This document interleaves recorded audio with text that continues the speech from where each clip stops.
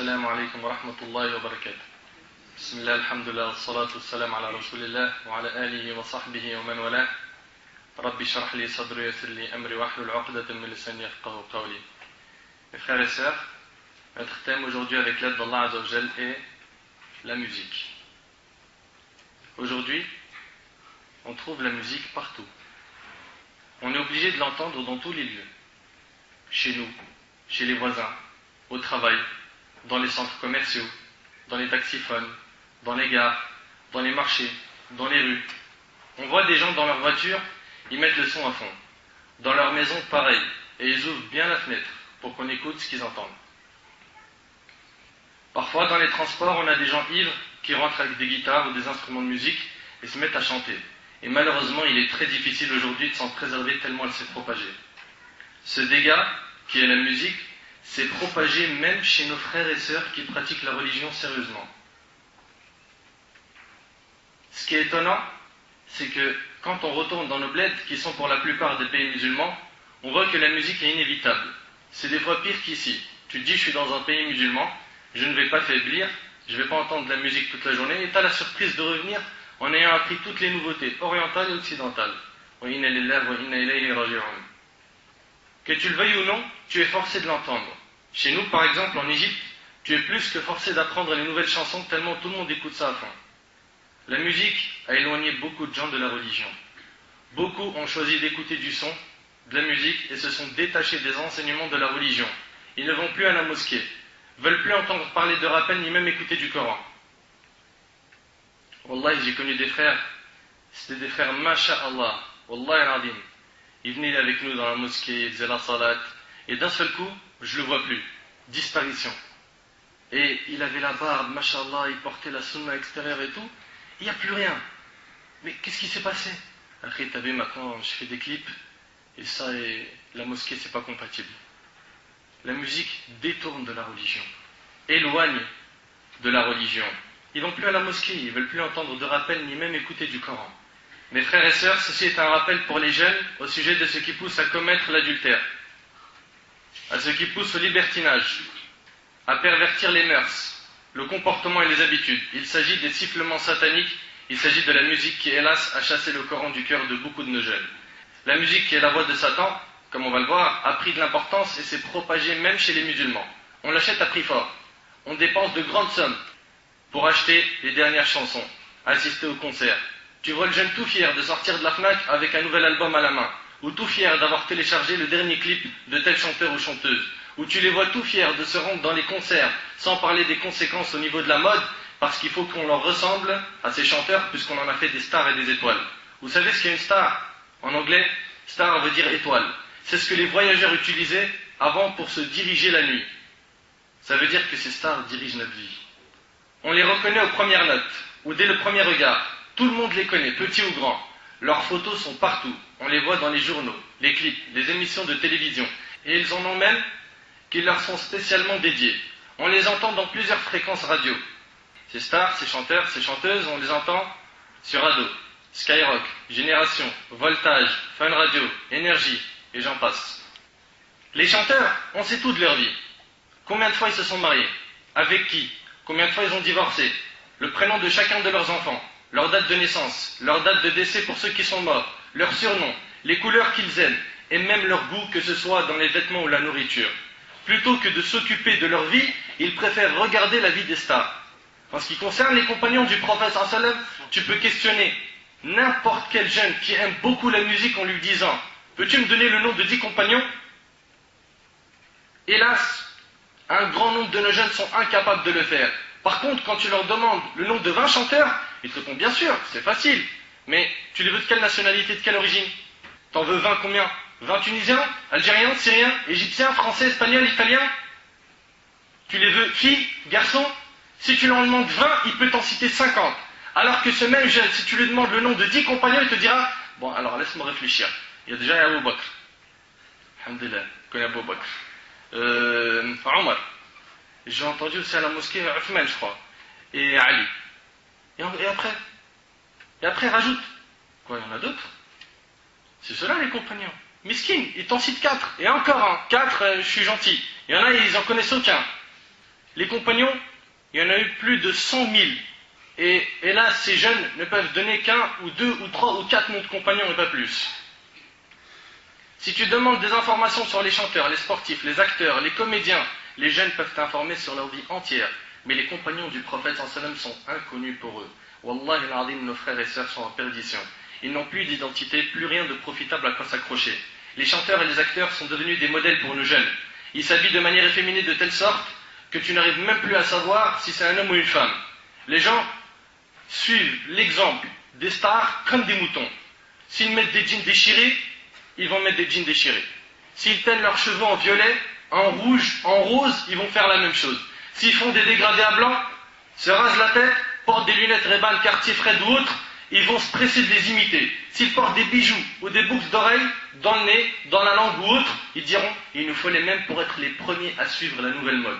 Alors que si un cheikh leur dit pendant 50 ans qu'il faut se lever le matin pour faire la prière du Fajr, s'éloigner de la fornication, personne ne le suivra à part ceux à qui Allah a fait miséricorde. Les jeunes d'aujourd'hui accrochent les photos des stars dans leur chambre à coucher. Ils ont leurs images sur leurs vêtements. Ces gens-là sont des symboles pour eux. Sans compter que plein de jeunes ne dorment qu'avec leur voix dans leurs oreilles en les écoutant. Pour eux, c'est comme ça qu'on dort en beauté. Il éteint la lumière, met la musique et son ennui, il est en train de faire son kiff. Alors qu'en réalité, tu es en train de faire kiffer Iblis, qu'Allah nous en préserve. Au lieu de dormir avec Ayat al-Kursi, au lieu de dormir avec les du'a du Naum, au lieu de dormir avec du Coran dans les oreilles, il dort avec la musique. La musique, la voix de Satan. Savez-vous ce qu'il y a derrière la musique? La réponse, une armée impressionnante de chanteurs, d'acteurs, de sportifs. Chaque jour, il y en a des nouveaux. Il y en a tellement qu'on ne les connaît plus. Et derrière chaque nouvelle star, des armées entières de fans. On a même des émissions pour découvrir les nouvelles stars et leurs talents. On leur demande de chanter, danser, et de cette manière, ils deviennent des étoiles. Chante, danse, ça a été devenu une star. Il reste un mois, comme Love Story, Starak et des trucs comme ça là. Un mois, je sais pas où, 2-3 mois, avec des filles mélangées, des garçons. Et après, ça y est, c'est devenu une star. Qu'est-ce que tu as fait pour être une star? Ah, je suis resté dans cet appart, la durée qu'ils m'ont demandé. Et après, quand tu vois à la télé, tu vois à la télé après celui qui présente cette star-là et qui est devenu son directeur, il dit elle est vraie, elle est sincère, elle est pure quoi. C'est ça les qualités que tu es en train de sortir? C'est quoi ces qualités bidons? On en fait des étoiles et des stars pour rien. Et qu'est-ce qu'on a gagné de tout ça? Rien, excepté une génération perdue, sans repère et qui ne sait rien de son passé. Savez-vous quelles sont les causes de l'attachement de nos jeunes à la musique et aux chanteurs? Premièrement, la faiblesse de la foi. Le croyant sait que la musique va le mener à l'adultère, qu'elle a le même effet que l'alcool. Elle fait disparaître la raison. Elle appelle aux mauvaises habitudes. Il sait qu'elle va repousser la religion, l'empêcher d'écouter le Coran, dans lequel il n'y a pas de vulgarité, de péché, d'insulte. Le croyant prend son plaisir en écoutant le Coran ou les hadiths du prophète alayhi salatu wassalam ou en priant. Un parmi les pieux prédécesseurs a dit « Le bas monde n'aurait eu aucun goût sans le rappel d'Allah. » Wallahi, c'est vrai. Ce bas monde, sans le rappel d'Allah, il n'aurait eu aucun goût. Si tu ne peux pas trouver l'occasion sur terre de recharger ta batterie, crois-moi, la dunya, elle vaut rien. Le bas monde n'aurait eu aucun goût sans le rappel d'Allah. L'au-delà n'aurait eu aucun goût sans le pardon d'Allah. Et le paradis n'aurait eu aucun goût sans la vision d'Allah Azza wa Jal.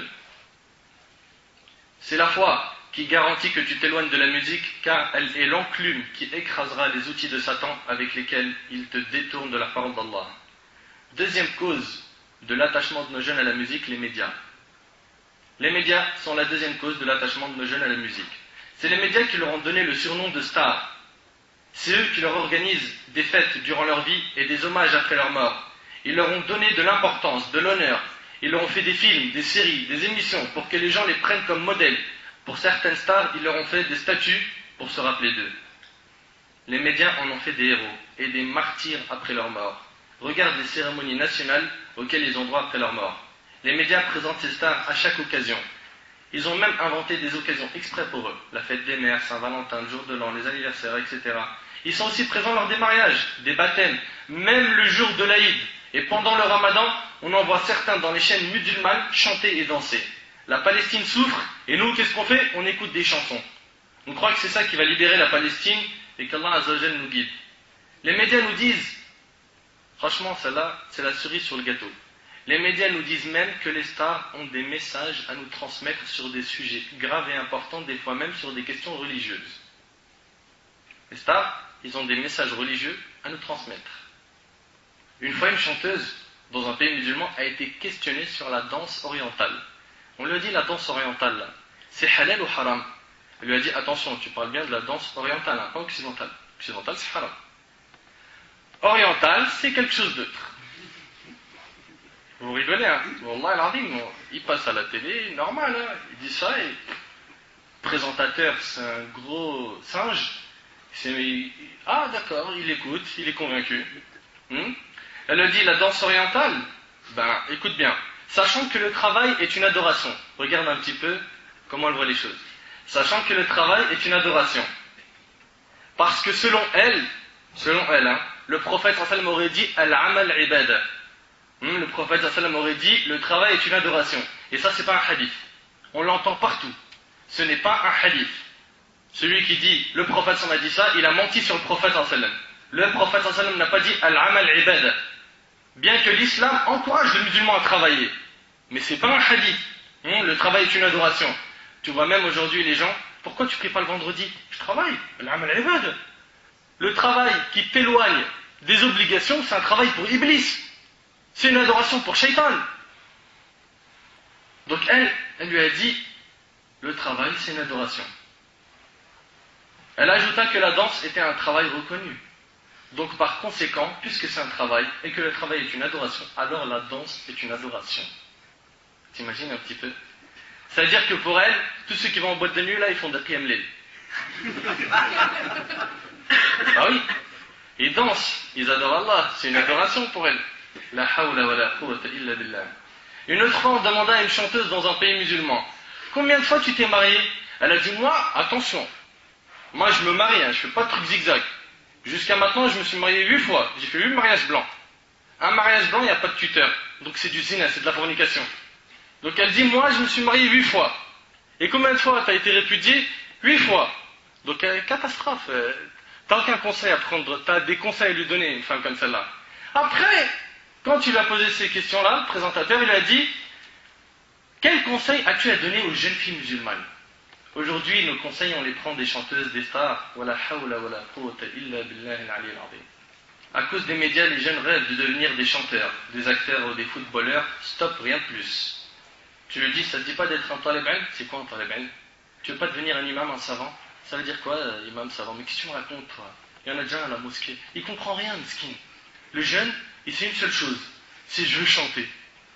Je veux apparaître à la télé. Je veux être une étoile. Troisième cause qui a plongé les jeunes dans la musique, c'est les fatwas destructrices. Parmi les choses qui ont fait plonger les jeunes dans la musique, on a les fatwas catastrophiques de certains savants ou certains pseudo-savants. Puisque certains savants ont dit que celle qui contient des paroles licites est permise et celle qui contient des paroles illicites est interdite, alors les jeunes ils se mettent à écouter du son. Désolé, mais ça c'est pas une fatwa. Ça, c'est pas une fatwa. Il y a des gens dans notre communauté qui hélas font des fatwas selon leur passion. Mes frères et sœurs, ces paroles de savants ne sont pas à prendre en compte, quelle que soit leur notoriété, leur niveau d'études ou les diplômes qu'ils ont obtenus. La religion a ses sources qui sont le Coran et la Sunna. Toute personne qui les contredira verra sa parole rejetée. Mes frères et sœurs, chaque savant a ses erreurs. Ça, faut qu'on se mette d'accord. Chaque savant a ses erreurs. Il n'y a pour les musulmans sunnites aucune personne infaillible à part le prophète alayhi salatu wassalam. Après lui, tout le monde a ses défauts et ses erreurs. Donc, chaque savant, qu'il soit Cheikh l'Islam ibn Taymiyyah, le grand imam Malik, l'imam Shafi'i, l'imam Abu Hanifa, l'imam Ahmed, l'imam Ibn al-Qayyim, Ibn Kathir, al-Zahabi, al-Nawawi, chaque savant de l'islam a ses erreurs. Alors, si cette chose est évidente, je la rappelle quand même, pour vous dire que l'on ne peut pas suivre un savant aveuglement sans avoir des preuves à l'appui et des arguments forts. On n'a pas le droit de suivre un savant aveuglement. Ou de dire, puisqu'un tel l'a dit, c'est la vérité. Non, c'est pas comme ça que ça fonctionne. C'est quelles sont ces preuves? Est-ce qu'ils sont conformes avec le Coran et la Sunna? Si oui, on accepte. Non, on rejette. On rejettera de tout le monde, sauf le prophète alayhi salatu wassalam. Et ça, c'est bien la parole de l'imam Malik qu'il a dit en montrant la tombe du prophète. Il a dit, Kullu yuqad minhu wa yurad. On prendra de tout le monde et on rejettera de tout le monde, sauf celui qui est enterré ici. et il a montré la tombe du prophète sallam. Et l'imam Shafi'i rahmallah disait, si ma parole contredit le Coran et la Sunna, jetez-la contre le mur. Ça c'est les vrais savants. Ça c'est les vrais savants. Pas quelqu'un qui dit, suis-moi aveuglement, c'est moi qui ai la vérité. Ne suis aucune personne à part moi. Cela, c'est justement des égarés. Ça n'a jamais existé qu'un parmi nos plus prédécesseurs, un vrai, disent, c'est moi et personne d'autre qu'il faut suivre. En tout cas, les 4 écoles n'étaient pas comme ça. Bien sûr que la religion est facilitée, mais la facilité, c'est celle qui a la lumière des textes religieux, celle qui a été permise par le Coran et la Sunna et pas de notre tête. Et ouvrez bien vos oreilles, ouvrez bien vos oreilles. Il n'existe aucune preuve qui dit que la musique est permise. Et on va voir ça ensemble, bien en détail. Certains, pour dire que la musique est permise, disent, attends, t'as oublié que le prophète sallam, quand il arrive à Médine, les gens lui ont chanté Tala al-Badr alayna. Tu n'as pas lu la vie du prophète sallam? D'autres vont te dire, mais t'as oublié que le prophète sallam, pendant qu'il est en train de creuser le Khandaq, il a lui-même chanté et il a dit Allahumma inna al-aisha aishul akhira faghfir al-ansar wal muhajira. T'as oublié tout ça? T'as oublié qu'un compagnon, il a dit Wallahi lawla Allah mahtadayna. Tous ces chants, t'en fais quoi? Comment tu peux dire que c'est interdit? Cela dit que puisque les gens ont chanté, Tala al-Badr, et que le prophète sallam a chanté lui aussi, c'est que cette chose est autorisée sans aucun problème. Et on va répondre à tout ça, Inch'Allah. Mais avant tout, sachez que l'imam Ibn al-Jawzi rahimahullah a dit les mouftis et les savants sont comme des médecins. Les mouftis et les savants sont comme des médecins. Avant de prescrire une ordonnance, ils doivent prendre en compte la situation du patient, son âge, ses anciennes maladies, etc. etc. Le savant et le moufti, pareil, avant de faire une fatwa, ils doivent voir un petit peu le contexte. Qu'est-ce qu'ils écoutent? Vous êtes en train de comparer Tala al-Badr à ce qu'on entend aujourd'hui? La musique dont on parle nous, c'est Tala al-Badr? Allahumma inna al-aisha aisha al-akhira? Ou plutôt ce qui est exposé aujourd'hui à notre communauté dans les chaînes de télé, les radios, les cassettes, les CD, le net, les clips. Notre question aujourd'hui porte sur ce que les jeunes écoutent et non pas Tala al-Badr alayna. On parle des chanteurs d'aujourd'hui qui viennent faire des clips avec 10 femmes derrière lui qui ont oublié de s'habiller, qui s'exhibent à fond. Ça c'est permis en islam? Par quel dalil? La musique d'aujourd'hui, vous voulez me dire qu'elle ressemble à celle du prophète sallam? Les paroles qui excitent les jeunes, qui parlent de sexe, des fois de violence, on y emploie des mots vulgaires, tout cela vous le comparez à Tala al-Badr alayna. Mais c'est de la folie, c'est un qiyas fasid, un raisonnement par analogie complètement faux, fait par une personne complètement malade. Ces fatwas sont destructrices pour notre communauté, il faut s'en éloigner et s'attacher aux preuves et non pas aux personnes. Mais hélas, il y en a, sous prétexte que la religion est facilitée, il va chercher tous les avis faciles des savants pour les mettre en pratique, même si ces derniers contredisent la religion. Les anciens savants disaient à ce sujet, celui qui suit ces avis marginaux des ulama, celui qui va suivre chez chaque savant les avis qui sont faciles et surtout qui contredisent la religion, eh bien, les anciens disaient, celui-là, il regroupe chez lui toutes sortes de mal qui existent sur terre. Il va chez lui, il prend l'autorisation du riba, l'usure. Chez lui, l'autorisation de la musique. Chez lui, l'autorisation du mariage sans tuteur. Chez lui, l'autorisation de ça. Chez lui, l'autorisation de ça. Chez lui, à la fin, c'est plus une religion.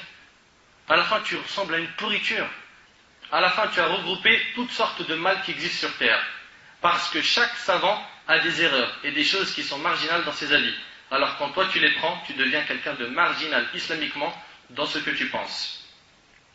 Quatrième cause qui a fait plonger la communauté dans la musique, la mauvaise compagnie.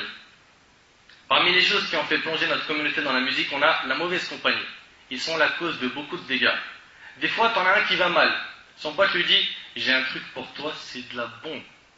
Ça va te remettre bien. Tu seras OP. Prends ce CD de musique, allonge-toi sur ton lit, allume une bonne petite clope ou un joint et fais-toi un kiff. En règle générale, ce que les jeunes donnent à leurs potes pour les soulager de leurs soucis, c'est des choses qui détruisent la foi. Cigarettes, joints, de l'alcool, de la drogue. Ou bien il va lui dire viens on va voir des filles, on décompresse. Ou écoute cet album, il déchire. Mon frère, ma soeur, ce genre d'ami va te perdre, éloigne-toi de lui. Je suppose que vous attendez de savoir si la musique est permise ou non. Puis tout à l'heure tu nous as fait une intro, mon frère, elle dure 4 siècles moins quart. Ça serait bien que tu viennes au prod maintenant. La réponse, oui, la musique est illicite. Vous voulez connaître les preuves que c'est interdit? Certains dans cette assemblée ou parmi ceux qui vont nous écouter à travers l'enregistrement s'étonneront peut-être de ce qu'ils vont entendre. Et c'est sans doute la première fois qu'ils découvrent ces preuves. Sachez que la musique d'aujourd'hui est interdite par le Coran. Ah bon, c'est dans le Coran? Bien sûr, on va le voir. Par la sunna du prophète sallam. Le consensus des 4 imams et c'est aussi l'opinion des prédécesseurs. Tu trouves que c'est trop difficile d'arrêter la musique? Écoute bien ce que je vais te citer du Coran et de la sunna, tu verras que c'est pas si dur que cela. On commence par les preuves du Coran. Première preuve. Allah tabaraka wa ta'ala dit dans Surat Luqman, Surat 31, verset 6, وَمِنَ النَّاسِ مَنْ يَشْتَرِي لَهْوَ الْحَدِيثِ لِيُضِلَّ عَنْ سَبِيلِ اللَّهِ بِغَيْرِ عِلْمٍ وَيَتَّخِذَهَا هُزُوًا أُولَٰئِكَ لَهُمْ عَذَابٌ مُهِينٌ. Et parmi les hommes, il y en a qui, dénués de science, achètent de plaisants discours pour égarer hors du chemin d'Allah et pour le prendre en raillerie. Ceux-là subiront un châtiment avilissant. Achètent de plaisants discours. Allah ici il dit, et parmi les hommes, il y en a qui, dénués de science, achètent de plaisants discours pour égarer hors du chemin d'Allah. Les plaisants discours ici, c'est la musique. Les plaisants discours ici, dans Surat Luqman, Surat 31, verset 6, c'est la musique. Et on va voir tout de suite les détails de tout ça. Achètent de plaisants discours. Avec tout l'argent qu'ils dépensent pour acheter des albums et pour se rendre au concert, sans compter ce qu'ils dépensent pour ressembler aux stars, suivre leur dernière mode, on a de quoi nourrir un bon paquet de pauvres. Subhanallah, les gens sont arrivés à un point où il est obligatoire de mettre de la musique pour ramener la joie. Si tu ne mets pas la musique, il n'y a plus de joie, il n'y a plus de farha. Dans toutes les occasions, les mariages, les baptêmes, et les gens n'hésitent pas à mettre le prix pour qu'il y ait de la musique dans les occasions au point où on n'imagine pas un mariage sans musique. T'es sérieux là? Tu veux que ma fille elle se marie qu'il n'y ait pas de musique? Non, t'es fou. Wallah al-Azim, si les compagnons du prophète alayhi salatu wassalam étaient parmi nous, et vous voyez ce qu'on écoute aujourd'hui, ils nous auraient blâmés, voire même ils nous auraient frappés avec leurs sandales. Ici dans ce verset, achète de plaisants discours, il est désigné les chants. Cet avis n'est pas le mien. Et dans tout le verset, vous n'allez rien entendre qui vient de ma tête. La religion, elle a ses sources. Comme l'imam Malik a dit. La religion, c'est Allah, il a dit, le prophète Hassam, il a dit, et moi, je ne connais rien. Ici, les plaisants discours, c'est les chants. Cet avis n'est pas le mien, mais celui des compagnons. Des compagnons, au pluriel. C'est l'avis de Abdullah ibn Mas'ud, radiyallahu anhu, qui à lui seul est une université de science. Abdullah ibn Mas'ud a même juré à 3 reprises par celui dont il n'y a pas de divinité en dehors de lui, par celui dont il n'y a pas de divinité en dehors de lui, par celui dont il n'y a pas de divinité en dehors de lui, il s'agit des chants. Il jure 3 fois que ce verset concerne les chants. Vous imaginez un compagnon mentir? Il jure et il ment? Ça existe ça? Bien sûr que non. L'interdiction du chant est aussi l'opinion d'Abdullah ibn Abbas, qui lui aussi était l'un des plus grands compagnons qui maîtrisait la science du Coran. C'est aussi l'opinion d'Abdullah ibn Umar, ibn al-Khattab, radiyallahu anhuma, l'opinion de Mujahid, l'opinion de Ikrima, l'opinion de Makhul, l'opinion d'Al-Hassan al-Basri, l'opinion de l'imam al-Bukhari. Donc on voit bien que c'est dans le Coran que la musique et les chants sont interdits. Il faut reconnaître qu'aujourd'hui beaucoup parlent en disant tel cheikh a dit que c'est licite, et tel cheikh a dit pareil. Mes frères et sœurs, il faut qu'on se mette d'accord face aux arguments religieux. Notre devoir est de retourner à la compréhension des compagnons. Ici, on a une liste de compagnons qui disent que ce verset concerne le chant. Comment se tourner vers la parole d'autrui après cela? Comment est-ce que tu peux dire, comment peux-tu oser dire, sur telle chaîne j'ai vu quelqu'un l'autoriser, alors que les compagnons qui ont pris la science de la bouche du prophète l'ont interdit? Comment? Et c'est pas terminé. Le verset de Surat Luqman signifie que certaines personnes achètent, que certaines personnes composent, que certaines personnes se procurent, que certaines personnes inventent des morceaux de musique pour détourner les gens de la parole d'Allah. Ceux-là subiront un châtiment avilissant. En effet, pour détourner du Coran, il n'y a pas plus efficace que la musique. Les gens sont plus facilement attirés par la musique que par n'importe quelle autre chose. D'ailleurs, combien de croyants ont perdu la foi? Combien de croyants ont perdu le plaisir d'écouter du Coran après avoir écouté de la musique, la parole du diable? Et dans le verset qui suit, on voit l'état de beaucoup de musulmans lorsqu'on leur met du Coran. Allah tabaraka wa ta'ala dit, dans le même verset, dans Surat Luqman, وَإِذَا تُتْلَى عَلَيْهِ آيَاتُنَا وَلَّى مُسْتَكْبِرًا كَأَن لَّمْ يَسْمَعْهَا كَأَنَّ فِي أُذُنَيْهِ وَقْرًا فَبَشِّرْهُ بِعَذَابٍ أَلِيمٍ. Et quand on leur récite nos versets, à ceux-là qui achètent les plaisants discours pour égarer les gens du sentier d'Allah, Et quand on leur récite nos versets, ils tournent le dos avec orgueil, comme s'ils ne les avaient pas entendus. Tu lui mets du Coran, il se détourne, il bouge ses oreilles, il se lève, il part, il fait Zama, il a un coup de fil, il disparaît de la salle. Comme s'il y avait un poids dans ses oreilles. Fais-lui donc l'annonce d'un châtiment douloureux. C'est pas ma parole, mes frères et sœurs, c'est la parole d'Allah Azza wa Jal. Et sachant qu'on est musulman, on se doit de se plier à ces versets et les hadiths qu'on va écouter. Ces gens-là qui écoutent la musique, pourraient-ils écouter le Coran autant qu'ils écoutent la musique? Sachez qu'il y a deux amours qui ne se réunissent point dans un seul cœur. L'amour de la parole d'Allah et la parole du diable. Il y a deux amours qui ne se réunissent pas dans un cœur. S'il y en a un qui pénètre le cœur, il chassera l'autre automatiquement. L'amour de la parole d'Allah et l'amour de la parole du diable. La parole du diable ici, comme vous avez compris, c'est la musique. Quelqu'un qui aime le Coran et qui a fait rentrer le Coran dans son cœur chassera automatiquement la musique de son cœur. Ils ne resteront pas les deux dans son cœur. Et celui qui aime à fond, bien comme il faut, la musique, c'est impossible qu'il aime le Coran et c'est impossible que les deux se réunissent dans le cœur. Il chassera le Coran automatiquement. Mes frères et sœurs, quelles sont les paroles que vous avez chassées de votre cœur? Les paroles du miséricordieux ou les paroles du diable? Faites très attention, c'est très dangereux. Sachez que la musique est le Coran du diable. Cette appellation est rapportée d'après les tabi'in. Le prophète alayhi salatu wassalam l'aurait également prononcé. Qatada rahimahullah relate, une fois descendu sur terre, Iblis dit: Seigneur, tu m'as maudit, que vais-je faire? Allah subhanahu wa ta'ala lui a répondu: la sorcellerie. Quel sera mon Coran?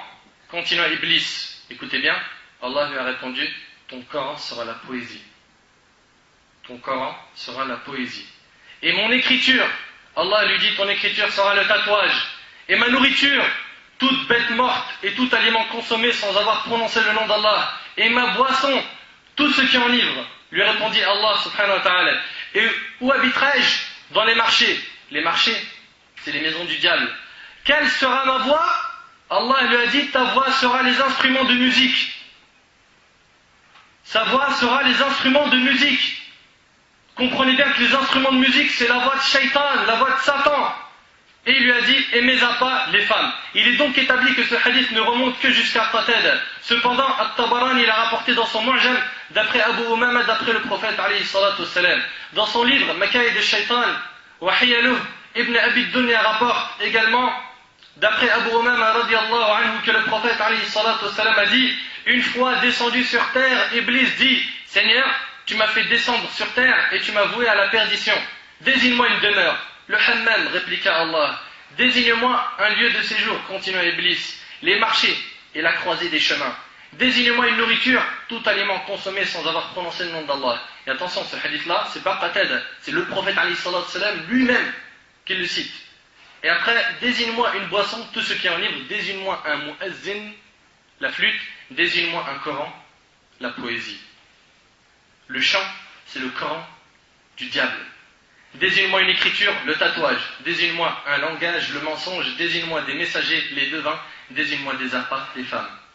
On voit donc dans cette première preuve que le chant est cité dans le Coran, dans Surat Luqman, et que les instruments de musique et les chants ont été appelés par les pieux prédécesseurs, par le prophète sallam, comme le Coran du diable, comme la voix du diable. Deuxième preuve du Coran, Allah dit dans Surat 17, verset 64: وَاسْتَفْزِزْ مَنِ اسْتَطَعْتَ مِنْهُمْ بِصَوْتِكَ وَأَجْلِبْ عَلَيْهِمْ بِخَيْلِكَ وَرَجْلِكَ.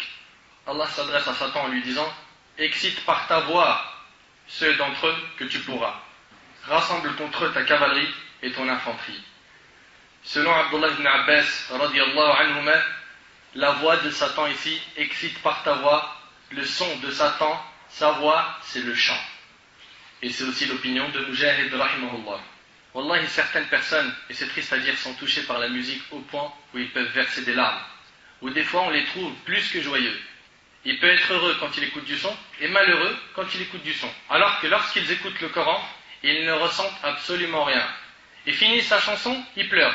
Il écoute du Coran, on dirait un mur. Comme Allah l'a dit dans le Coran, dans Surat Al-Baqarah, Surat 2, verset 171, Summun bukmun umyun fahum la ya'qilun. Sourd, muet, aveugle, il ne raisonne point. Le vrai croyant est plutôt celui dont son cœur vibre lorsqu'il écoute le Coran. Allah dit dans Sourate Al-Anfal, Sourate 8, verset 2, إنما المؤمنون الذين إذا ذكر الله وجلت قلوبهم وإذا تليت عليهم آياته زادته إيمانا وعلى ربهم يتوكلون. Les vrais croyants sont ceux dont les cœurs frémissent, frissonnent, vibrent quand on mentionne Allah. Et quand ces versets leur sont récités, cela fait augmenter leur foi. Ça, c'est les vrais croyants. Les vrais croyants, leur cœur, ils ne vibrent pas pour la musique, ils vibrent pour les paroles d'Allah. Et ils placent leur confiance en leur Seigneur. Si ton cœur ne frissonne pas après l'écoute du Coran, sache que ta foi est faible. Et Abdullah ibn Mas'ud radiyallahu anhu a dit, si tu veux connaître l'état de ton cœur, analyse-le dans 3 moments. Lorsque tu écoutes du Coran, est-ce que ton cœur y revit? Est-ce que tu prends plaisir à écouter du Coran? Ou pour toi c'est un poids? C'est quelque chose de lourd?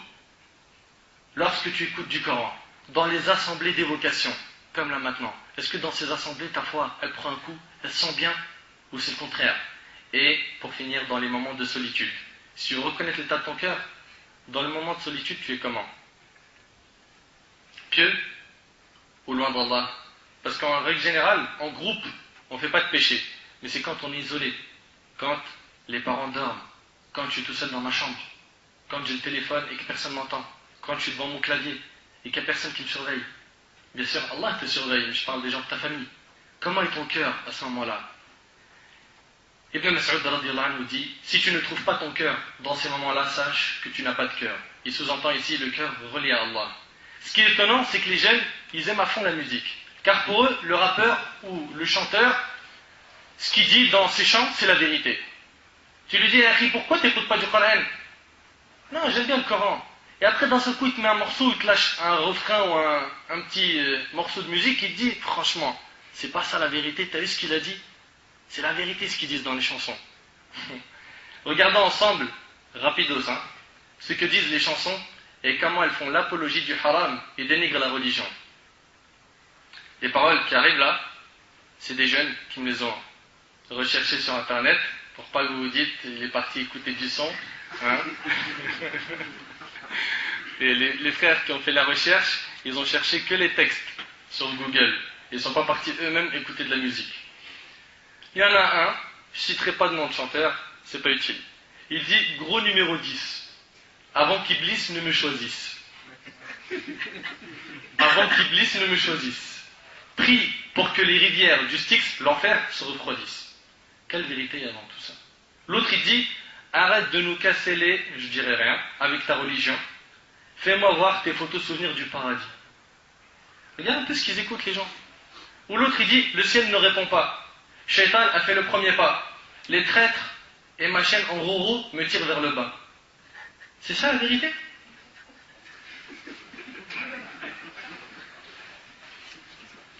C'est un truc de ouf. L'autre il dit, mon Dieu, si tu es là, fais-nous signe. Et lui carrément il vient te faire douter sur la croyance. Mon Dieu, si tu es là, fais-nous signe. C'est le diable qui l'emporte au paradis. Chez lui, c'est le diable qui l'emporte au paradis. L'avenir est incertain. Et après, la surprise, c'est parce qu'on danse avec le diable. Masha'Allah. Un autre chanteur, lui, je me demande s'il a un vrai cerveau ou pas, il a dit que Dieu bénisse les voyous.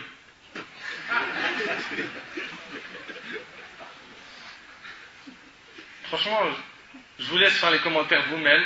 C'est criminel tout ça. Un autre, il a dit, écoute bien celui-là. Allah, c'est la folie. Je me suis contenté d'en prendre quelques-uns. Il y avait des catastrophes, il y avait des trucs, je ne pouvais pas les dire à la mosquée, j'ai dit, allez, hop, on rase. Un autre, il dit quoi? Avant les récits, avant Jésus-Christ, et même avant le Big Bang, dis-moi, d'où on vient? Sommes-nous des rêves? Dis-moi, où on va? Mesquine, tu crois qu'on est des rêves, tu sais pas où on va? Mesquine. Mesquine, il sait pas où on va. Tu verras où on va. Un autre complètement fou aussi, il dit, celui qui bédave, qui dédicace à tous les rouleurs. Sahtek mon pote. Qui ne sent pas les coups et les douleurs. Franchement, je vois pas, quand un jeune il me dit le son c'est la vérité, pour moi ça c'est de la poubelle. C'est de la poubelle. 0. 0 sur 1 million, pas 0 sur 10. Un autre a chanté même, et Wallah al-Azim, ça a été le poignard dans mon cœur quand j'ai entendu ça. il a chanté des versets du Coran. Bismillah ar-Rahman ar-Rahim, il est parti balancer des morceaux de Coran. Dans les boîtes de nuit, on m'a dit, on danse sur les versets du Coran.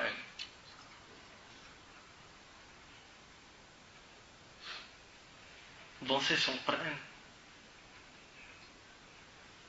Inna lillahi wa inna ilayhi raji'un.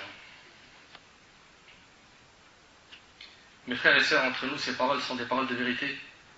Avez-vous oublié qu'Allah subhanahu wa ta'ala a dit dans Surat al-Zumar, Surat 39, verset 23, Allahu nazzala ahsan al-hadithi kitaban mutashabiha. كتابا متشابها مثانية تقشعر منه جلود الذين يخشون ربهم ثم تلين جلودهم وقلوبهم إلى ذكر الله. Allah n'a-t-il pas dit, Allah a fait descendre le plus beau des récits.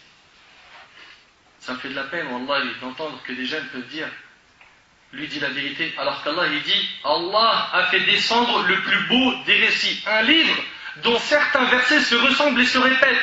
Les peaux de ceux qui redoutent leur Seigneur frissonnent à l'entendre, puis leur peau et leur cœur s'apaisent au rappel d'Allah. Comment tu peux apaiser ton cœur avec les paroles du diable, avec le Coran du diable, avec les instruments du diable? Comment tu peux dire mon cœur s'apaise avec la musique, alors que normalement c'est avec le Coran? Oui, mais je comprends pas le Coran. C'est normal, tu es encore dans la musique. Chasse la musique de ta vie. Chasse la musique de ton cœur. Retourne vers le Coran. La musique fait sur eux plus d'effet que l'alcool, à savoir, elle leur fait perdre la raison. La musique fait perdre la pudeur, il suffit de regarder les chanteuses d'aujourd'hui. Troisième preuve, toujours du Coran, Allah dit dans Surat al-Najm, Surat 53, versets 59 à 61, أَفَمِنْ هَذَا الْحَدِيثِ تَعْجَبُونَ وَتَضْحَكُونَ وَلَا تَبْكُونَ وَأَنْتُمْ سَامِدُونَ. Quoi? Vous étonnez-vous de ce discours, le Coran? Allah s'adresse aux polythéistes quand ils entendaient le Coran. On va voir après ce qu'il dit Ibn Abbas sur eux. Ils se détournaient du Coran. Allah il leur dit quoi? Vous étonnez-vous de ce discours, le Coran, et vous en riez et n'en pleurez point, absorbés que vous êtes par votre distraction.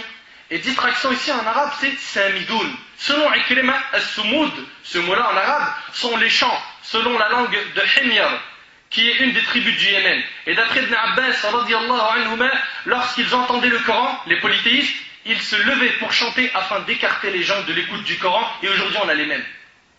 On a les mêmes, mais c'est pas par les polythéistes qu'on voit ça, c'est par les musulmans. Dès que tu mets du Coran, il te met de la musique, il te l'éteint, il cherche à te l'éteindre de n'importe quelle manière. Quant aux preuves de la sunna, elles sont nombreuses. Le premier hadith est rapporté par l'imam al-Bukhari. Selon Abu Malik al-Ash'ari, radiyallahu anhu, le prophète alayhi salatu wassalam a dit, il y aura parmi ma communauté des gens qui considéreront comme licite la fornication. Est-ce que c'est licite? Non. La soie, ici c'est la soie pour l'homme, parce que pour les femmes c'est autorisé. L'alcool et les instruments de musique. Je répète le hadith, il y aura parmi ma communauté des gens qui considéreront comme licite la fornication, la soie, l'alcool et les instruments de musique. Rapporté par Al-Bukhari. Et comme on le sait tous, l'imam Al-Bukhari, tous ces hadiths dans son sahih sont authentiques. Et ça, c'est à l'unanimité des savants, sans divergence. Le livre le plus authentique après le Coran, c'est Sahih al-Bukhari. Après, il est suivi de Sahih Muslim. Les deux recueils authentiques. Dans Sahih al-Bukhari, le prophète sallam dit qu'il y aura des gens parmi ma communauté qui vont considérer que ces choses-là sont licites. Et il cite 4 choses. La fornication, on sait que c'est haram. La soie pour l'homme, on sait que c'est haram. L'alcool, on sait que c'est haram. Et il met au milieu les instruments de musique. Et il dit considérons licites. Donc ils sont illicites. Cela veut dire qu'à la base, la musique est interdite, puisque l'on ne rend pas autorisé une chose qui l'est déjà. De plus, dans ce hadith, les instruments sont cités avec des choses qui sont clairement interdites. Cheikh al-Islam ibn Taymiyyah rahimahullah a dit, ce hadith prouve l'interdiction de tous les instruments de musique. Tous les instruments de musique. Revoir Majmou al-Fatawa. Guitare, piano, flûte, batterie, violon, même le DJ avec ses platines, tout ça c'est haram. Tout ça c'est haram. C'est pas haram de ma bouche, c'est de la bouche du prophète alayhi salatu wassalam. Le prophète alayhi sallam a même dit dans Sahih al-Bukhari qu'Allah azza wa jal, vers la fin des temps, transformera ces gens qui ont autorisé l'adultère, la soie, le vin et les instruments de musique en singes et en porcs. En singes et en porcs. Et c'est rapporté par al-Bukhari. Ce n'est pas cité dans les livres de sciences que l'on a vu à l'école, mais Allah tabaraka ta'ala l'a enseigné au prophète alayhi salatu wassalam.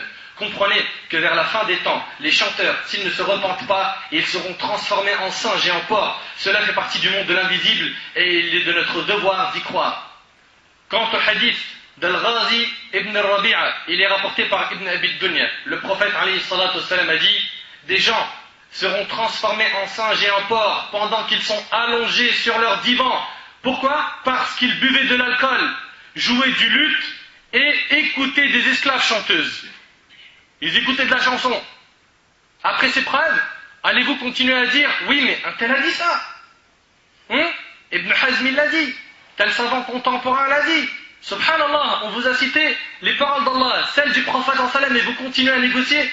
Lors de la première génération des musulmans, les gens venaient dire à Ibn Abbas radiyallahu anhuma, qui, comme vous le savez, était un grand compagnon, un grand savant de notre communauté. Ils lui ont dit: est-ce qu'on a le droit ou pas de faire le hajj et la umrah en même temps, ce qu'on appelle hajj al-tamattu'? Ibn Abbas radiyallahu anhuma disait aux gens qu'on pouvait le faire, sachant que le prophète sallallahu alayhi wa sallam lui-même l'avait. Certains, parmi les compagnons, ont dit à Ibn Abbas: oui, mais Abu Bakr, il ne faisait pas la même chose. Et Omar, il ne faisait pas la même chose. Il leur a dit: oui, mais le prophète sallallahu alayhi wa sallam, quand il a fait son hajj, il a fait hajj et umrah. Ils lui ont dit: oui, mais Abu Bakr et Omar. Donc ils sont en train d'en fait négocier une fatwa par la parole d'Abu Bakr et Omar, qui étaient pourtant des grands compagnons. Et là, Ibn Abbas radiyallahu anhu s'est énervé et a dit: Allahu Akbar, je vous dis que le prophète sallallahu alayhi wa sallam, Mohammed, a dit ceci et cela, et vous me dites que Omar et Abu Bakr ont dit ceci et cela. Vous vous opposez à la parole du prophète sallallahu alayhi wa sallam par la parole de Omar et Abu Bakr. Je crains qu'Allah ne vous lance des pierres du ciel. Je crains qu'Allah ne vous lance des pierres du ciel. Pourquoi?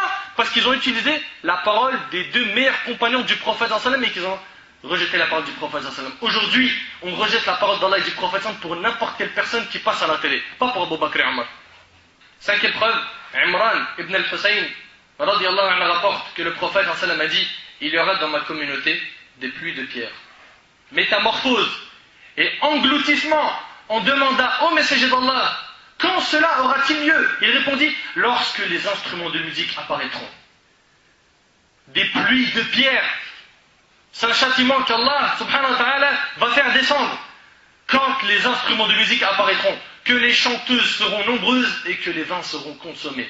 Rapporté par Tirmidhi et Ibn Abi Dunya. Sixième preuve, Abdullah ibn Amr ibn al-As radiyallahu anhu rapporte que le prophète sallallahu alayhi wa sallam a dit: certes Allah a interdit le vin, les jeux de hasard, le tambour et la rubayra, sorte de boisson enivrante, et toute boisson enivrante est illicite. Rapporté par Abu Daoud et Al-Bayhaqi. Septième preuve, Nafi', le servant d'Ibn Omar. Ibn Omar, comme vous le savez tous, c'était le compagnon le plus attaché à la sunna du prophète sallallahu alayhi wa sallam. Nafi', le servant d'Ibn Omar, rapporte qu'Ibn Omar a entendu le son de la cloche d'un berger. Nafi' et Ibn Omar, ils sont en train de marcher sur une route, et il y a un berger qui est en train de jouer avec une cloche. Et là, Ibn Omar, il a mis ses doigts dans ses oreilles, ses deux doigts. Il s'est bouché. Regardez ce qu'il faisait devant les instruments de musique. Il s'est bouché les oreilles, et même sa bête, il l'a détournée du chemin. Il l'a envoyé loin pour que même l'animal n'entende pas les instruments de musique. Subhanallah, en demandant après: oh Nafi', entendu quelque chose? Est-ce que tu entends encore du son? Il lui a dit oui. Il est resté alors dos aux oreilles. Puis, un moment, il a enlevé ses doigts, il lui a dit: est-ce que tu entends toujours quelque chose? Et Nafi' lui a dit non. Il ôta alors ses doigts et remit sa monture sur le chemin et dit: j'ai vu le messager d'Allah sallallahu alayhi wa sallam entendre la cloche d'un berger. Il fit alors de la sorte. Rapporté par Ahmed et Abu Daoud. Même l'animal, Ibn Omar l'a éloigné de l'instrument de musique. T'imagines un petit peu qu'aujourd'hui est inévitable dans les mariages. Une personne pourrait se dire: pourquoi Ibn Omar a-t-il mis ses doigts dans ses oreilles sans ordonner à un Nafi' de faire pareil? C'est-à-dire qu'il autorise le haram à lui, il lui dit: écoute, et moi j'écoute pas. Parce qu'en même temps, en exposant les preuves, on va essayer de répondre avec les paroles des savants sur ceux qui ont dit que la musique était autorisée. Alors eux, ils disent que cet argument n'est pas un argument. Sachant que Ibn Omar s'est bouché les oreilles et que Nafi', il n'a pas ordonné de se boucher, donc, je suis désolé, c'est pas un argument, c'est ce qu'ils disent. La réponse, elle est simple. C'est qu'en fait, le prophète lui-même n'a pas ordonné à Ibn Omar de se boucher les oreilles quand il a entendu le son de la cloche du berger. Pourquoi? Parce qu'il y a une différence entre écouter et entendre. As-sama' et al-istima'. Écouter et entendre, c'est pas la même chose. Mais comme Ibn Omar était l'un des compagnons les plus attachés à la sunna, il fit la même chose que le prophète sallallahu alayhi wa sallam. Je répète, si le prophète sallallahu alayhi wa sallam n'a pas dit à Ibn Omar de se boucher les oreilles, et si plus tard Ibn Omar n'a pas non plus dit à Nafi' de le faire, c'est parce qu'il ne faisait que passer. Et il n'écoutait pas, il entendait. Écouter, c'est quelqu'un qui va se concentrer, il écoute. Entendre, tu passes, tu as entendu quelqu'un dire un gros mot. Tu as entendu quelqu'un chanter. Tu as entendu de la musique. Tu n'es pas concentré. Tu n'as pas de péché pour ce que tu as entendu, tu as des péchés pour ce que tu écoutes. Vous comprenez bien ça, la nuance entre entendre et écouter? Ça va débloquer beaucoup de choses. Hein. Écouter et entendre. Écouter, entendre. Donc, Ibn Omar, il passait. Et ils ont entendu. Ils ne se sont pas arrêtés pour écouter. Ils ont entendu. Donc lui, Ibn Omar, il a fait ça malgré que ce n'était pas obligatoire. Là où c'est interdit, c'est d'écouter. Il s'est bouché les oreilles et il n'a pas ordonné à Nafi' de le faire, sachant que ce n'était pas obligatoire, c'était juste un passage. Mais sachant qu'il était attaché à la sunna du prophète sallallahu alayhi wa sallam, il a fait la même chose. C'est écouter qu'il faut éviter. Quand on n'a pas d'autre choix que celui de passer en un tel lieu, on n'est pas obligé de se boucher les oreilles. Exemple, un centre commercial, tu passes, tu as entendu. Ils mettent du son, tu entends. Par contre, si tu t'arrêtes et tu commences à écouter, tu dis « Ah, ce morceau il est bien », là t'écoutes, là tu as des péchés. C'est pourquoi, si le prophète sallallahu alayhi wa sallam a choisi de le faire, lui, il n'a pas ordonné à Ibn Omar de le faire aussi. Plus tard, Ibn Omar a agi de même, sans ordonner à Nafi' de le faire. Ce n'était pas obligatoire. Pour revoir plus de détails, Majmou' al-Fatawa d'Ibn Taymiyyah, Al-Mughni d'Ibn Qudama. D'ailleurs, Cheikh al-Islam Ibn Taymiyyah dit pas mal de choses à ce sujet dans le Majmou'. Il dit que la personne qui entend le Coran, sans lui prêter attention, n'est pas récompensée. Il est récompensé que quand il écoute. Beaucoup de gens, ils peuvent mettre du Coran dans la maison et disent toute la maison elle est récompensée. Non. Alhamdulillah, c'est une bonne chose, c'est un acte qui est louable. Mais la maison entière n'est pas récompensée. Celui qui est récompensé, c'est celui qui écoute. D'ailleurs, Allah il dit وَإِذَا قُرِئَ الْقُرْآنِ فَاسْتَمِعُوا. فَاسْتَمِعُوا, il n'a pas dit as-sama', il a dit al-istima'. Écoutez-le. Écoutez-le attentivement. En gardant le silence. Quand on écoute le Coran, c'est attentivement, on essaie de se concentrer. Même si tu as du mal à comprendre, mais au moins tu l'écoutes. C'est pas tu l'entends. J'espère que la nuance est bien comprise entre écouter et entendre. 8e preuve, et c'est la dernière, selon Ali, radiyallahu anhu, le prophète sallallahu alayhi wa sallam a dit lorsque ma communauté aura commis 15 choses, le malheur la touchera. 15 choses. Parmi elles, il a dit lorsque les vins seront consommés, lorsque la soie sera portée, lorsque l'on écoutera les chanteuses et qu'on utilisera les instruments de musique. Rapporté par le Tirmidhi. Maintenant, il est important de répondre à certaines ambiguïtés, certaines shubuhat de ceux qui autorisent la musique. Attention, c'est un petit peu technique, je vous demande un peu de concentration. Abu Moussa al-Ash'ari, une fois le prophète Samuel a dit لَقَدْ أُوتِيتَ مِزْمَارٍ مِنْ مَزَامِيرِ آلِ دَاوُد. Le hadith il est rapporté par Bukhari et Muslim.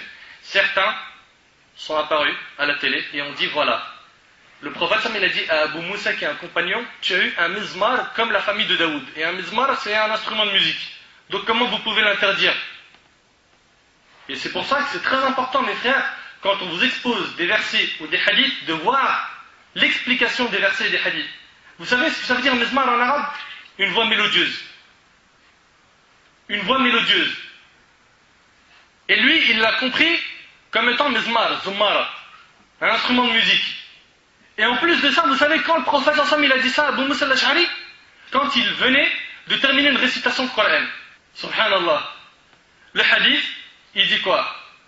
Le prophète sallam a dit à Abu Moussa al-Ash'ari, oh Abu Moussa, tu as reçu une voix mélodieuse de celle de la famille de Daoud.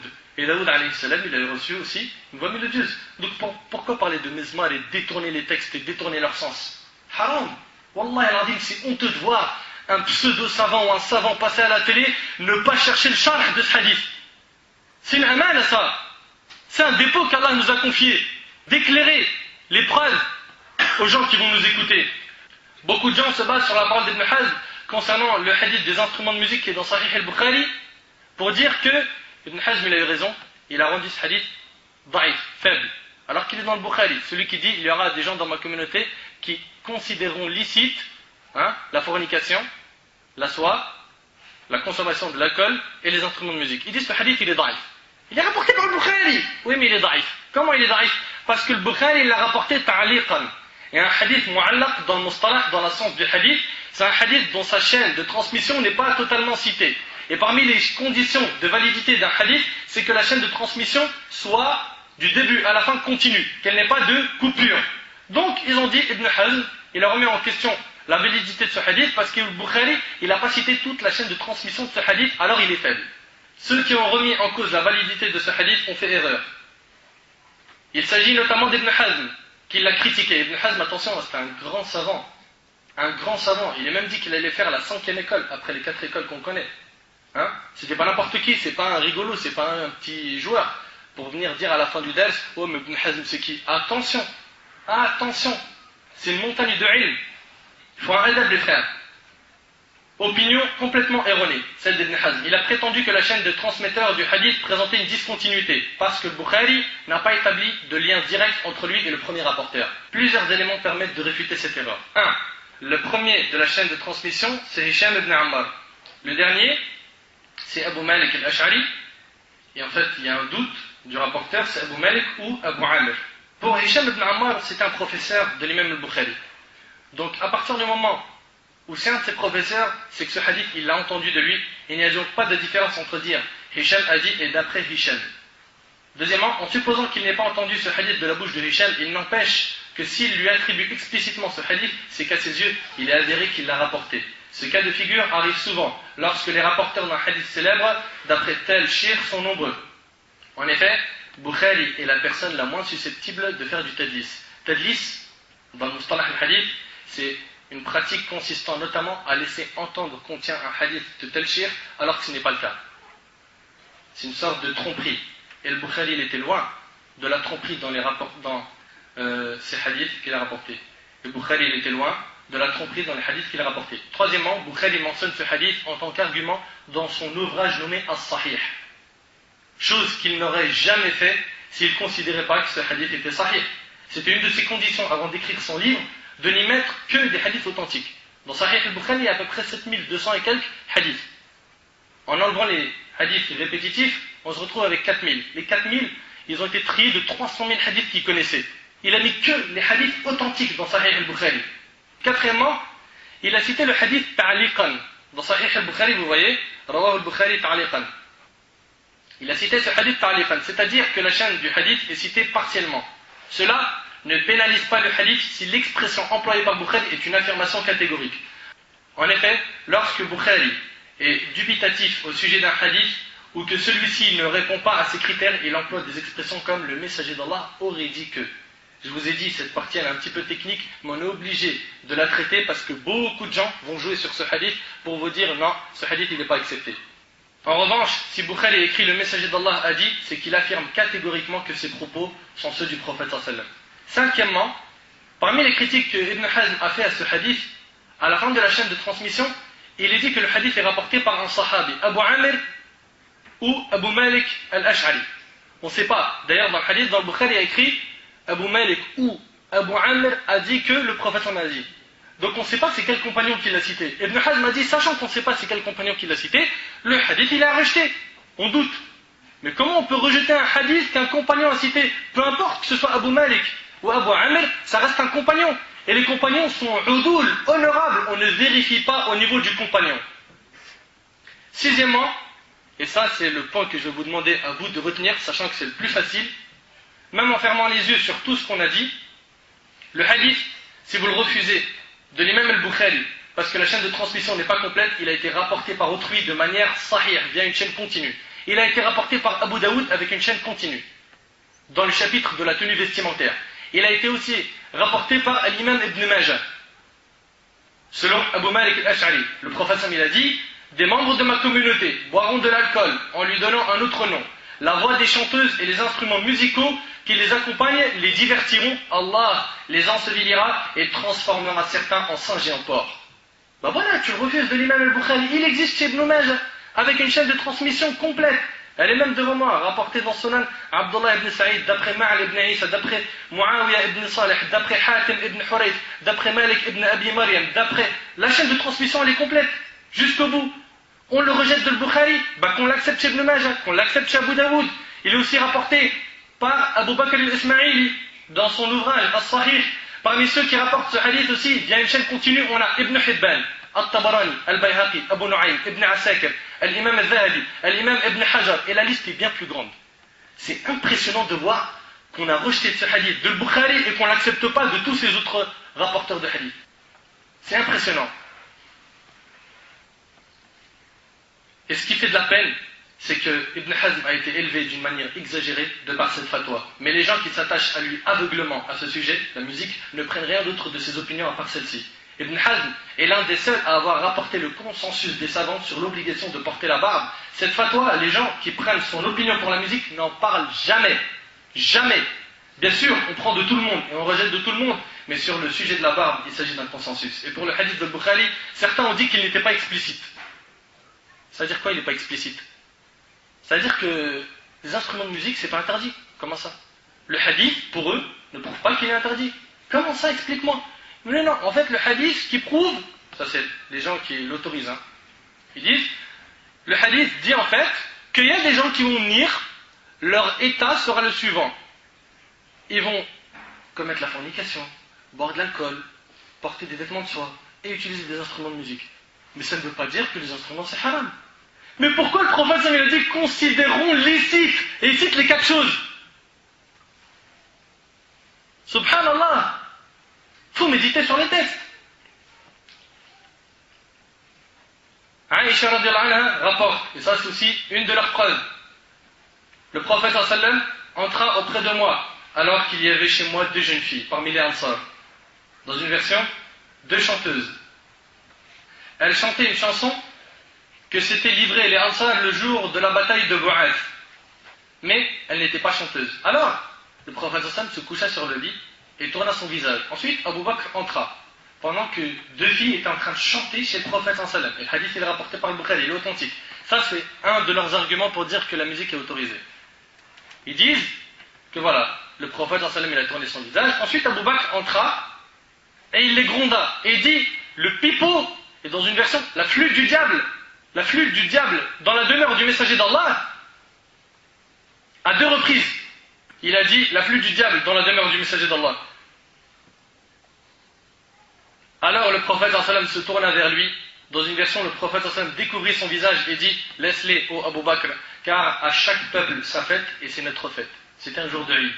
Alors qu'ils ne faisaient plus attention, je leur fis signe de sortir. Aïcha radhiyallahu anha, après, elle les a fait sortir. Donc ils disent, voilà, il y a des filles qui ont chanté chez le prophète sallallahu alayhi wa sallam. Comment tu peux dire que la chanson, elle est interdite? Très bien. Ibn al-Qayyim rahimahullah répond à cela dans Ighathatul Lahfan. Il dit, rahimahullah, que le prophète sallallahu alayhi wa sallam n'a fait aucune reproche à Abu Bakr pour avoir appelé la chanson la flûte du diable. Qu'est-ce qu'il a dit Abu Bakr? Il a dit la flûte du diable dans la demeure du messager d'Allah. Il n'a pas dit non, ne dis pas la flûte du diable. Il a juste dit c'est un jour de fête, laisse-les chanter. Et dans les jours de fête, les filles ont le droit de chanter entre elles. On va voir en détail. Il accepta l'acte des 2 filles car elles n'avaient pas encore l'âge de responsabilité. Des petites fillettes, elles ne sont même pas encore pubères. Des petites filles qui chantent. Le prophète les a laissées. En plus, c'est un jour de Eid. Et dans les jours de Eid et dans les fêtes, mariage, etc., les filles ont le droit de chanter. Et on va voir après en détail.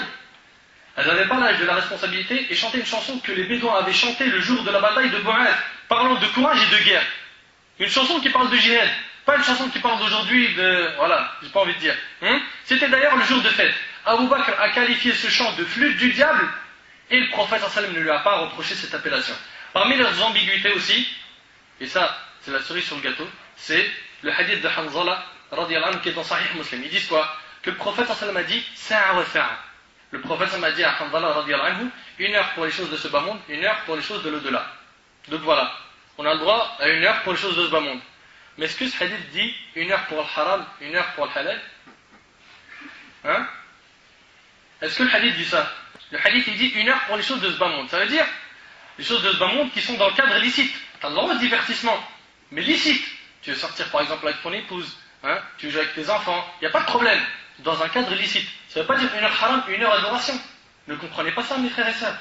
Maintenant on passe aux paroles des savants. Il faut bien comprendre que la musique qui est connue aujourd'hui est interdite. Et voici un certain nombre de paroles de savants à son sujet, qui sont pour la majorité dans Ighathatul Lahfan d'Ibn al-Qayyim al-Jawziyya rahimahullah, qui était l'élève à Ibn Taymiyyah. Uthman ibn Affan, radiyallahu anhu, 3e calife de l'islam, a dit « Je n'ai jamais chanté. je n'ai jamais chanté. Il s'est désavoué du chant et se vante de ne pas l'avoir pratiqué toute sa vie. Aujourd'hui, même les personnes âgées chantent toute la journée, alors qu'ils devraient plutôt lire du Coran ou faire du dhikr. Le poète, Labid, rahimahullah, lorsqu'il s'est reconverti à l'islam, il abandonna la poésie. Les gens lui demandèrent pourquoi. Il dit parce que le Coran a coupé la langue de tous les poètes. Si les gens connaissaient le Coran, ils ne trouveraient aucun goût dans la musique. Ibn Mas'ud radiyallahu anhu a dit, le chant fait pousser l'hypocrisie dans le cœur, tout comme l'eau fait pousser les plantes. Muhammad ibn al-Qasim, rahimahullah, un élève à l'imam Malik, a questionné l'imam Malik au sujet des chants. Alors que par rapport aux chants d'aujourd'hui, leurs chants étaient des exhortations et des rappels. N'oubliez pas qu'ils étaient à Médine. L'imam Malik a dit, Allah n'a-t-il pas dit dans Sourate Yunus, Sourate 10, verset 32, فَمَاذَا بَعْدَ الْحَقِّ إِلَّا الضَّلَالِ. Au-delà de la vérité, qu'y a-t-il donc sinon l'égarement? Il répondit bien sûr. L'imam Malik lui dit alors, les chants font-ils partie de la vérité ou du faux? Et l'imam Malik fut questionné au sujet des savants qui rendent le chant permis. Il dit, ce sont les pervers qui le font. Pour les Malikites, ouvrez bien vos oreilles. Puis l'imam Malik fut questionné aussi au sujet d'un homme qui achète une servante, puis qui se rend compte que c'est une chanteuse. Il répondit qu'il la rende pour le défaut qu'il a découvert en elle. Muhammad ibn al-Qasim, toujours l'élève à l'imam Malik, a questionné l'imam Malik au sujet des chants, en lui disant, est-ce que c'est halal ou haram? L'imam Malik lui a dit, lorsque viendra le jour du jugement, et qu'on amènera le vrai et le faux, pour toi, la musique sera avec le vrai ou le faux? Entre nous, mes frères et sœurs, vous pensez que ces gens qui chantent, qui dansent aujourd'hui, seront derrière le prophète sallam et les compagnons sur la terre du jour du jugement? Son élève, l'imam Malik, lui dit, ils seront sûrement avec le faux. C'est pas possible. On va mettre le vrai et le faux le jour du jugement. La musique, vous la mettez où? Dans le vrai ou dans le faux? Son élève a dit, ils seront sûrement avec le faux. Et là, l'imam Malik lui dit, lève-toi, tu as répondu à ta question. Al-Fudayl ibn Iyad, rahimahullah, un grand savant de notre communauté, parmi les pieux prédécesseurs, a dit, au sujet de la musique, c'est l'incantation de l'adultère. Zina. C'est l'incantation de l'adultère. Muhammad ibn Yusuf, l'élève d'Abu Hanifa, a dit que le juge peut emprisonner le chanteur. Vous imaginez un petit peu l'expulser ou le chasser s'il n'arrête pas. L'imam Shafi'i, rahimahullah, a dit, j'ai laissé une chose en Irak que l'on nomme at-tafdir. Il s'agit d'un instrument de musique. Il n'est pratiqué que par les faux dévots. Az-zanadiqa. Il dit aussi qu'un homme qui a une servante qui chante devant d'autres hommes est un dayouf. Un dayouf, c'est quelqu'un qui autorise le dévergondage à sa famille. Et cela est interdit en islam. L'imam Ahmad, quant à lui, a dit sur la musique, elle fait pousser l'hypocrisie dans le cœur, et seuls les pervers font cela. Subhanallah. L'imam Abu Hanifa, quant à lui, il a été le plus dur des savants des 4 écoles sur le sujet de la musique. Il a dit, le fait de l'écouter est de la perversion, et le fait d'y prendre plaisir est de la mécréance. Il parle ici de la petite mécréance. Vous imaginez un petit peu? Mes frères et sœurs, après avoir entendu l'opinion des 4 écoles, qui ont dit que c'était haram, on ne veut pas entendre, oui mais un tel a dit, et un tel a dit, la science s'arrête chez les 4 écoles. On vous a cité Coran, Sunna, opinion des compagnons des 4 écoles, et vous n'êtes toujours pas convaincus. Hélas, beaucoup de nos frères et sœurs préfèrent suivre leur passion que le Coran et la Sunna. Wa inna lillahi wa inna ilayhi raji'un. Ibn al-Walid, rahimahullah, un parmi les pieux prédécesseurs, a dit, méfiez-vous des chants, car ils anéantissent la pudeur, font augmenter les passions, remplacent l'alcool, font aux gens le même effet que l'alcool fait à celui qui le boit, et combien de femmes chastes sont-elles devenues des prostituées à cause des chants? Mes frères et sœurs, les instruments de musique sont illicites tout le temps. Tout le temps. Et ceux qui disent que les hadiths sont daïfs sur les instruments de musique se sont trompés.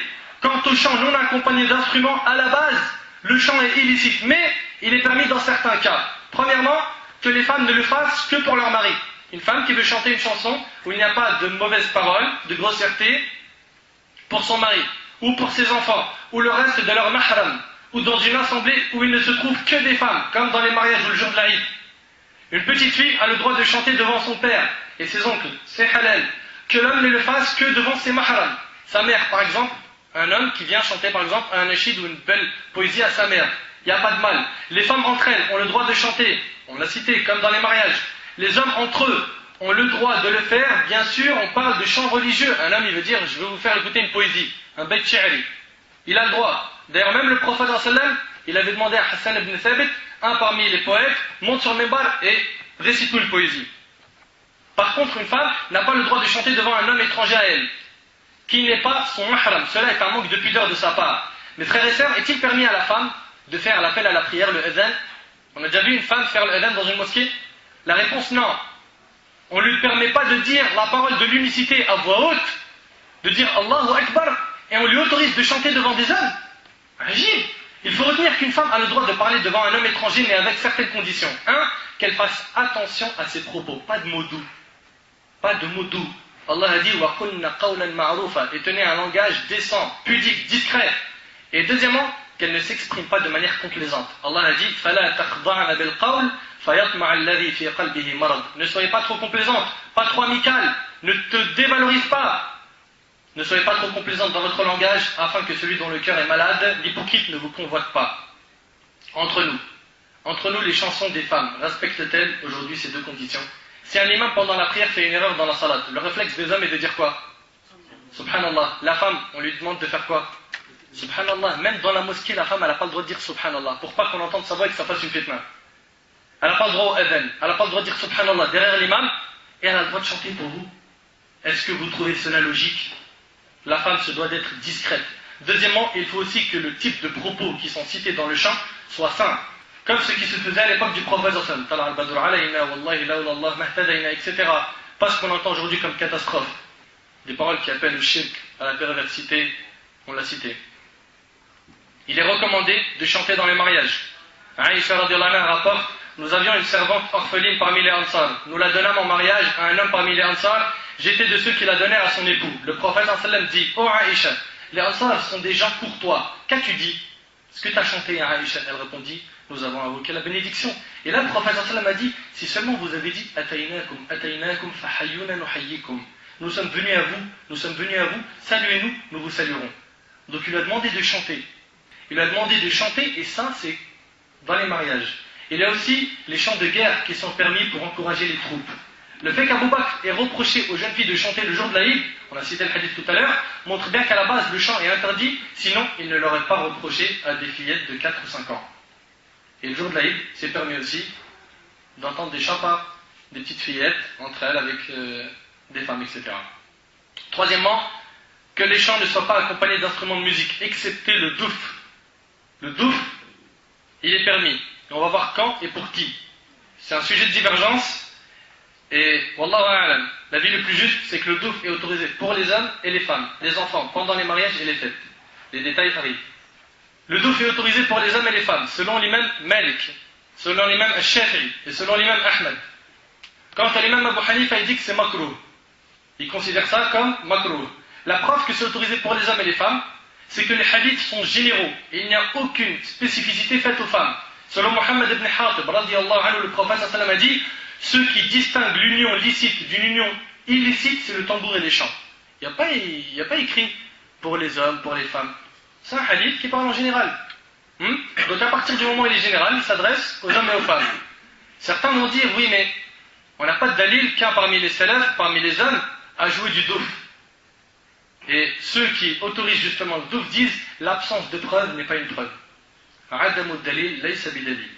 Pour l'imam Shafi'i, le douf est autorisé tout le temps. Tout le temps. Pour l'imam Malik, seulement dans les mariages. Et en dehors du mariage, c'est haram. Pour l'imam Ahmed, le douf est permis que dans les grandes occasions. Mariage, fête, naissance d'un nouveau-né, etc. Certains vont tout simplement dire, mon frère, mais Ibn Hazm, il a autorisé les instruments de musique. Mes frères et sœurs, il faut savoir que beaucoup de savants anciens et contemporains ont attesté du fait que malgré l'intelligence et les fortes capacités intellectuelles d'Ibn Hazm, qu'il n'avait pas une grande connaissance des rapporteurs de hadith. Parmi ceux qui ont tenu ces propos, il y a Ibn Abd al-Hadi, rahimahullah, un grand élève à Sheikh al-Islam Ibn Taymiyyah, et pour les contemporains, à Sheikh al-Albani, rahimahullah. Mon frère, ma sœur, on vous a cité Coran, Sunna, avis de compagnons des 4 écoles, et vous persistez à dire, oui mais Ibn Hazm, oui mais tel savant, oui mais tel imam, oui mais à la télé, oui mais mon oncle, oui mais ma tante. Si tel est ton cas, sache que ton cœur est plein de passion et qu'il est malade.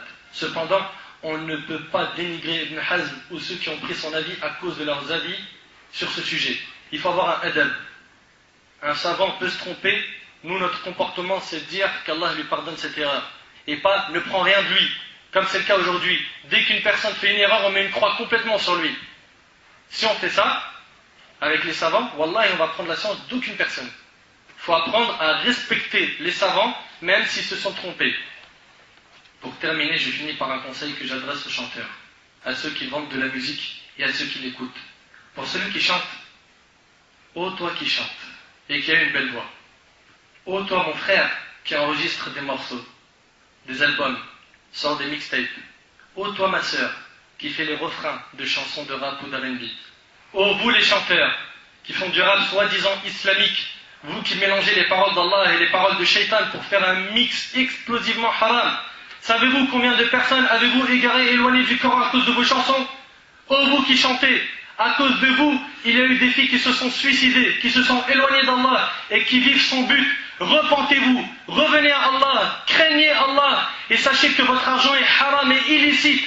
Et le prophète sallallahu alayhi wa sallam a dit, toute chair qui s'est nourrie de l'illicite, c'est l'enfer qui lui convient le mieux. Certains parmi les chanteurs sont devenus des idoles, des divinités qu'on adore en dehors d'Allah. Ô toi qui chantes, que cherches-tu? Que l'on dise de toi que tu es une star ou que l'on continue à dire de toi que tu es une star? Ta belle voix, qui te l'a donnée? C'est Allah qui t'a donné cette belle voix. Est-ce de cette manière que tu remercies Allah? N'as-tu pas peur qu'Allah t'éprouve en t'enlevant cette belle voix par une maladie? Allah t'a donné cette langue afin que tu le loues, l'invoques, lise son livre, ordonne le bien et interdit le mal. Ne l'utilise pas pour égarer les gens. Ils ont fait de toi une star et tu les as égarés en leur faisant écouter des choses interdites. Et des fois c'est pire puisque les paroles des chansons incitent aux choses qu'Allah a interdites. Tu as été trompé par ton succès mon frère et ma sœur. Et malheureusement tu as instauré une mauvaise voie aux gens et tu récolteras leurs péchés ainsi que ceux de tous ceux qui les auront suivis. Ce péché te sera compté même après ta mort. Ta mort ne stoppera pas le péché de la chanson. Un chanteur qui est mort par exemple il y a 50 ans, aujourd'hui celui qui l'écoute prend des péchés et fait augmenter les péchés du chanteur jusqu'au jour du jugement. Jabir ibn Abdullah radiyallahu anhu rapporte que le prophète sallallahu alayhi wa sallam a dit, celui qui instaure une mauvaise voie dans l'islam, que les gens appliqueront après lui, il lui sera écrit le même fardeau que ceux qui l'auront appliqué sans que leur fardeau ne soit diminué, rapporté par Muslim. Donc mon frère, toi qui chantes, sache qu'après ta mort, si tu ne te repens pas, après ta mort, tes péchés augmenteront. Chaque personne qui écoutera une seconde de ton audio, il y a un péché qui s'inscrit dans ton compte.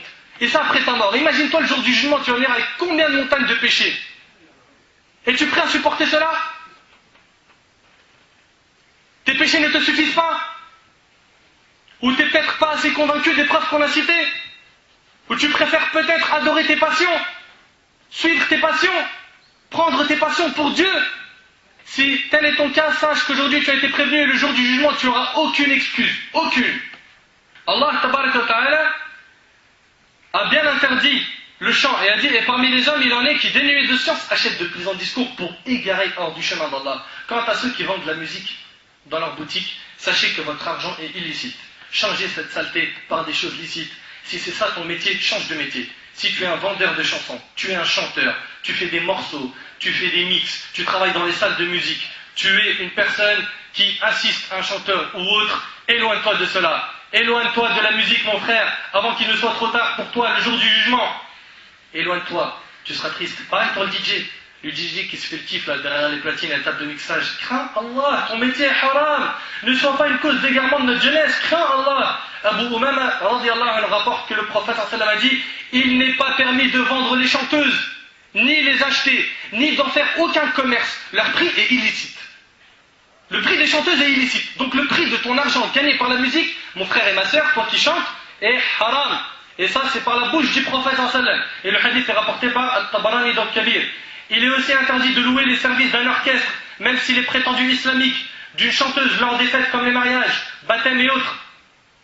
Aujourd'hui, les mariages sont composés que de ceux qui rendent en colère Allah. La musique est devenue un pilier du mariage, où son absence rendrait le mariage illégal. Et quand tu leur dis pourquoi faites-vous cela, ils répondent, c'est la nuit de la joie. C'est la nuit de la joie. Vous appelez cela la nuit de la joie? C'est une joie pour vous de désobéir à Allah. Les flûtes du diable font votre bonheur. Moi j'appelle cela plutôt la nuit de la désobéissance, la nuit du grand péché. Et j'ai deux questions à poser. Le mariage est-il une adoration? Oui ou non? Le hajj est-il une adoration? Le hajj on le fait une fois dans la vie, le mariage en règle générale aussi une fois dans la vie. Pour le hajj on s'applique, on lit des livres pour le rendre conforme au Coran et à la Sunna, et pour le mariage on laisse au diable, aux instruments de shaitan. Alors que c'est une fois dans la vie et c'est une adoration. Pourquoi ne pas s'appliquer dans le mariage? Tu rentres dans les mariages des musulmans aujourd'hui, il y a le son à fond. La mariée danse. Il est possible même qu'elle enlève son hijab. C'est la nuit de la joie. La nuit de la joie. C'est la joie ça, d'enlever ton hijab, de t'exhiber, de devenir une fitna. Le mari danse, la femme elle danse, sa mère danse, son père qui n'arrive même pas à se tenir debout, il danse avec sa moustache électrique. Tu peux même mettre des versets du Coran qui parlent du paradis pendant le mariage. Ils te diront de les enlever, car ce n'est pas un enterrement, c'est un mariage. Il faut le DJ, tu fous le son à fond, un bon morceau de rail suivi de l'R&B, et tu finis tout ça par un morceau de classique pour faire vibrer les gens. Et après on s'étonne du nombre de divorces et de couples qui se déchirent, alors que pour le fonder, on a joué de la flûte du diable jour et nuit. Comment on peut espérer voir la tendresse entre les époux et la bénédiction d'Allah sur eux après de tels mariages? À quoi ressemblera la descendance de ces derniers qui ont commencé l'union avec le Coran du diable? Notre jeunesse a un but, un message à faire passer. Ô toi le chanteur, ne leur bloque pas le passage avec ta musique. Et pour ceux qui l'écoutent, craignez Allah et revenez à ce qui vous est profitable. Jetez vos CD de musique. Supprimez les musiques de vos ordinateurs. Clic droit, videz la corbeille. Supprimez la musique de vos téléphones, que ce soit dans vos sonneries ou vos répondeurs. Aujourd'hui, tu laisses un message à un frère, t'entends pas, t'entends de la musique, et après, c'est quoi ça? C'est quoi ça? Supprimez la musique de vos sonneries, de vos répondeurs, de vos iPods, de vos iPhones, de vos MP3. Je vous rassure, j'ai fait la même chose quand j'écoutais du son. Mon meilleur ami, c'était un DJ. Mon meilleur ami. Et je distribuais, qu'Allah me pardonne, des CD de mix, de funk et d'R&B au quartier en lot. Et quand j'ai su que c'était interdit, ça a été comme vous maintenant, un poignard dans le cœur. J'ai pris tous ces CD, je les ai jetés à la poubelle. J'ai réfléchi au début, j'en ai trop. Est-ce que c'est pas mieux de les donner à quelqu'un qui s'appelle le Shaitan? Et à la fin, on m'a dit que c'était haram de donner quelque chose de haram. Ils ont fini à la poubelle. Mes frères et sœurs, ça doit finir à la poubelle. À la poubelle. Mes frères et sœurs, la communauté a besoin de vous. On veut que vous soyez comme les compagnons du prophète sallam, que vos cœurs soient attachés au Coran, à la prière, aux adorations. Mes frères et sœurs, éloignez-vous de ces chanteurs et de ces chansons qui ne font que d'appeler à la perversité, à la vulgarité, au sexe, etc. Repentez-vous, tous, ô vous les chanteurs, et vous qui vendez de la musique avant qu'il ne soit trop tard, car après la mort, on n'a pas de deuxième chance. Ne dites surtout pas que je suis un fanatique, un rigoriste, un dur qui interdit l'art, car par Allah, ce que je vous ai cité ne sont pas mes paroles, mais ceux d'Allah et de son prophète sallallahu alayhi wa sallam et des pieux prédécesseurs, et Inch'Allah, jusqu'à ma mort, je ne me permettrai jamais d'interdire ou d'autoriser une chose qui fait ou non partie de la religion. Il est possible que vous vous dites, si on se plaît à tout cela, les gens se moqueront de nous et ne viendront pas à nos mariages s'il n'y a pas de musique. Nous répondons à cela en disant que le fait d'essayer d'avoir la satisfaction des gens n'est pas une adoration qu'Allah nous a imposée, bien au contraire. Allah a dit وَإِن تُطِعْ أَكْثَرَ مَنْ فِي الْأَرْضِ يُضِلُّوكَ عَنْ سَبِيلِ اللَّهِ. Et si tu devais suivre la majorité des gens sur terre, ils t'égareraient du sentier d'Allah. Toute personne qui cherche à plaire aux gens en commettant ce qui déplaît à Allah, Allah fera en sorte que cette personne récolte l'insatisfaction de la part des gens et la colère d'Allah. Et quant au sujet d'éventuelles moqueries, alors sachez qu'il n'y a pas que vous qui en avez fait l'objet. Et dites aux gens qui vous dénigrent ce qu'avait dit Nuh alayhi salam à son peuple dans Surat Hud, Surat 11, verset 38. Nuh alayhi salam, quand ils se sont moqués de lui, il a dit à son peuple: In taskharu minna fa inna naskharu minkum kama taskharun. Si vous vous moquez de nous, eh bien, nous nous moquerons de vous le jour du jugement, comme vous vous moquerez de nous. Ô serviteurs d'Allah, craignez Allah Azzawajal et méditez sur les versets du noble Coran et tâchez de mettre en application ce qu'il contient comme enseignement et préservez vos sens, votre ouïe, votre vue contre les péchés. Si après tous ces avertissements et ces preuves, vous préférez la voix du diable, le Coran du diable qui est la musique, sachez que le jour du jugement sera pour vous un jour de tristesse, de peine, de regret, de souffrance. Le seul problème, c'est que ce jour-là, il n'y a pas de deuxième chance ni de rattrapage. أسأل الله سبحانه وتعالى أن ينفعني بما قلت وأن ينفعكم بما سمعتم. هذا ما أعلم والله عز وجل أعلى وأعلم. سبحانك اللهم وبحمدك أشهد أن لا إله إلا أنت أستغفرك وأتوب إليك. جزاكم الله خير والسلام عليكم ورحمة الله تعالى وبركاته.